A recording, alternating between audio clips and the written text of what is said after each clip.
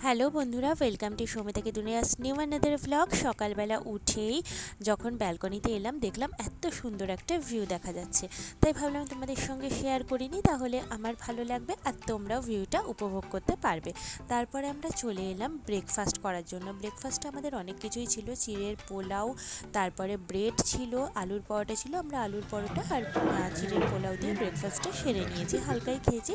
তারপরে আমরা চলে এসেছি ভাগসুনাগের মন্দির দেখার জন্য, আর যেটা কিন্তু আমাদের হোটেল থেকে একদম হাঁটা পথের ডিস্টেন্স ছিল। আর এখানে গাড়ি ঢোকার স্পেস নেই, মানে একদমই সরু রাস্তা আর পাহাড়ের ওপরে মন্দির, তো সেই জন্য আমরা হাঁটা পথেই চলে এসেছিলাম মন্দির দেখার জন্য। আর দেখলাম আশেপাশে প্রচুর দোকান রয়েছে যেখানে অনেক কিছু জিনিস বিক্রি হচ্ছে, মনে করলে সেখান থেকে শপিং করে নেওয়াই যায়। আর প্রচুর কিছু আইটেম আমি দেখলাম। এই যে চলো আমরা এখন ভেতরে ঢুকছি। মন্দিরটা বাইরে থেকে দেখতে যেমন সুন্দর, আশা করছি ভেতরে গিয়ে তোমাদেরকে দেখাতে পারবো যে মন্দিরের ভেতরটা কেমন। আমরা এখন এই যে সিঁড়ি দিয়ে উঠছি, আর উপরে দেখলাম এসে ভালোই ভিড় রয়েছে, লোকজন অনেক, তাই আমরা একটুখানি দর্শন করে নিলাম। আর এখানে না আমি ডিটেলসটা তোমাদের সঙ্গে একটু শেয়ার করে দিলাম, পজ করে তোমরা এটা একটুখানি পড়ে নিতে পারো। আর তারপরে দেখো এই যে আশেপাশের পরিবেশটা কতটা সুন্দর লাগছে, যেহেতু পাহাড়ের ওপরে তাই ভিউটাও সত্যি ভীষণ সুন্দর। আর এই যে মন্দিরের ভেতরে এখন আমরা যাচ্ছি।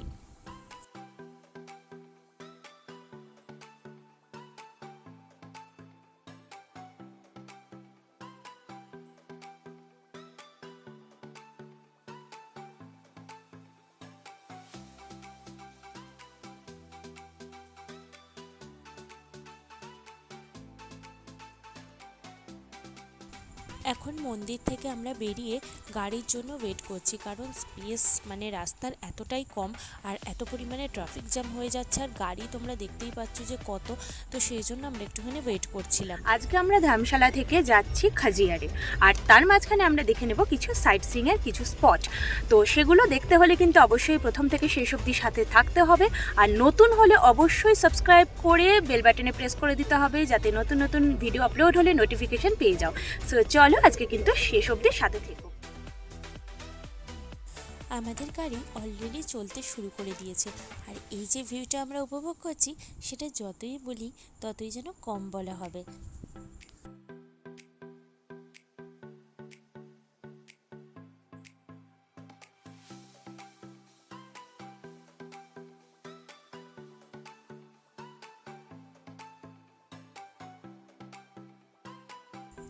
এত সুন্দর গাছপালা আর প্রাকৃতিক সৌন্দর্য দেখতে দেখতে আমরা কিন্তু চলে এসেছিলাম ধামশালা ক্রিকেট স্টেডিয়াম দেখতে।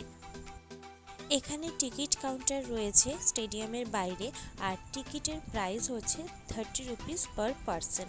আর এখানে কিন্তু অনলি অনলাইন পেমেন্ট অ্যাভেলেবেল, কোনো অফলাইন পেমেন্ট এখানে হয় না। আমরা এখন স্টেডিয়ামের ভেতরে অলরেডি ঢুকে পড়েছি, আর আমরা এখন যাব যেখানে মেন প্লেগ্রাউন্ড রয়েছে সেখানে। এই যে দেখো পুরো জায়গাটা তোমাদেরকে দেখিয়ে দিচ্ছি। আর অনলি গেট নাম্বার 2 থেকে ভিজিটার্সদের এন্ট্রি দেওয়া হয়। এই যে দেখো গ্যালারিতে প্রচুর লোক দেখতে পাচ্ছ, বাকি গ্যালারি থেকে কিন্তু কোনো এন্ট্রি থাকে না।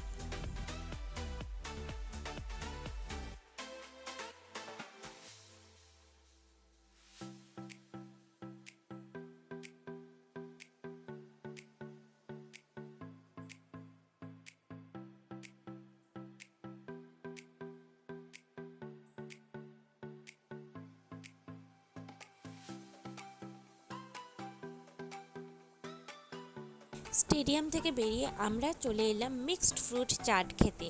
আর এখানে কিন্তু আমাদের কলকাতার মতোই বেশ টেস্টি ছিল। আর এই যে দেখো কত রকমের ফল দিয়েছে, তো চলো আমরা এখন এটা খেয়ে নিই।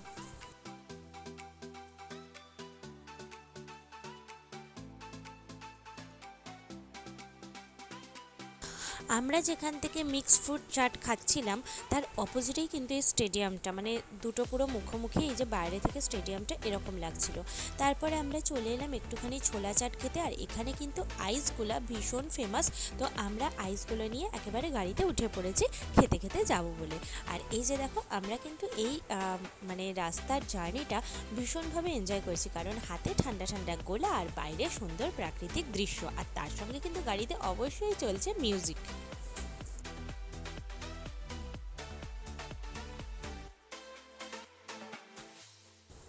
এখন আমরা চলে এসেছি লাঞ্চ করার জন্য, কারণ অনেকটাই বেলা হয়ে গেছিলো। চলো এখন ভেতরে যাই আর দেখি লাঞ্চে কি খাই আমরা।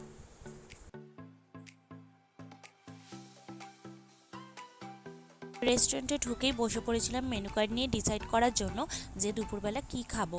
অনেক কিছু চিন্তাভাবনা করার পর আর ডিসকাশনের পর আমরা ঠিক করলাম যে বেশ কিছু জিনিস অর্ডার করার আছে। সেগুলো হচ্ছে ফার্স্টে বিরিয়ানি অর্ডার করেছিলাম একটা প্লেটই, সেটা যে কী ধরনের বিরিয়ানি ছিল বুঝিনি। আমরা চিকেন বিরিয়ানি অর্ডার করেছিলাম, বাট সেখানে কিন্তু আমাদের পনির বিরিয়ানি দেওয়া হয়েছিল, আর তার সঙ্গে ছিল রাইস, এগ কষা, চিকেন কারি আর রুটি। এগুলো দিয়েই আমরা লাঞ্চটা কমপ্লিট করেছি। সো চলো এখন লাঞ্চ করে নিই, খাবার তো চলেই এসেছে।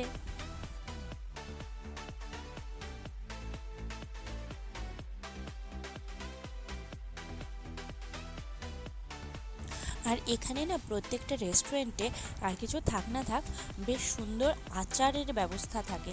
তো আচার আমাদের দিয়ে গেছিলো, তো সেটা ভীষণ টেস্টি ছিল, তো সেই জন্য বেশ করে আচারও কিন্তু আমি খেয়েছি। চলো এখন মানে আমি তো খালি প্লেট নিয়ে বসে আছি, এখন অবধি কিছুই নেইনি, ভেবে উঠতে পারছি না যে কোনটা কি খাবো। চলো এখন খেয়ে নিই। আর পরে কিন্তু আমরা ডিমের অমলেটও অর্ডার করেছিলাম। খাওয়া দাওয়া কমপ্লিট হওয়ার পর আমরা 3টে কোল্ড কফি আর একটা স্ট্রবেরি মিল্কশেক অর্ডার করেছিলাম, কারণ ভাবলাম যে খাওয়ার পর এগুলো খেলে একটুখানি যেন ভালোও লাগবে, সেই জন্য।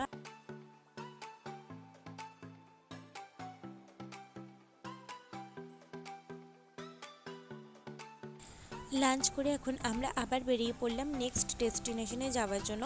এরপর যে কী দেখবো আমি নিজেও জানি না, আর অলরেডি কিন্তু এখন মানে সূর্যাস্ত হওয়া শুরু হয়ে যাচ্ছে আস্তে আস্তে। আর এইখানে দেখো, ওই যে আমরা ছোটোবেলায় পড়েছিলাম না ঝুম চাষ না কি যেন, এরকম পাহাড়ের ধাপ কেটে কেটে চাষ করা হয়, তো সেই জায়গাটা দেখছিলাম। আমি নিজেও মানে শিওর নই, কিন্তু দেখে ভালো লাগলো বলে তাই ভাবলাম তোমাদের সঙ্গে শেয়ার করি। আর এই যে দেখো অলরেডি কিন্তু এখন সূর্যাস্ত হয়েই গেছে বলতে পারো। আর এখানে আমরা চলে এসেছি এখন চা খেতে, কারণ সন্ধেবেলা একটুখানি চা না হলে জমে বলো। তবে এখানে সূর্যাস্ত হয়ে গেলেও মানে আলোটা যেন মানে বেশ খানিকক্ষণ থাকে। আমার মনে হয়েছে যে আমাদের এখানে যত তাড়াতাড়ি অন্ধকার হয়ে যায় ওখানে কিন্তু হয় না। আর এই যে এতক্ষণে পুরোপুরি অন্ধকার হয়েছে, আর আমি বসে পড়েছি আইসক্রিম নিয়ে। আমি শুধু নয়, মোটামুটি সবাই আমরা আইসক্রিম খেয়েছি।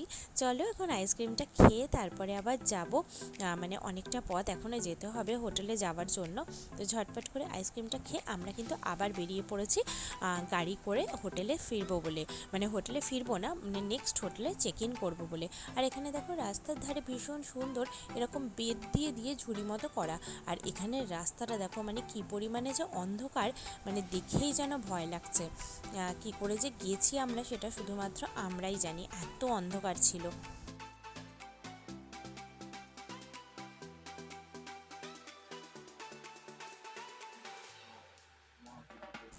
আমরা এতক্ষণে আমাদের রিসর্টে পৌঁছে গেছি, এখনও চেক ইন করা হয়নি, এখন আমরা ভেতরে যাচ্ছি।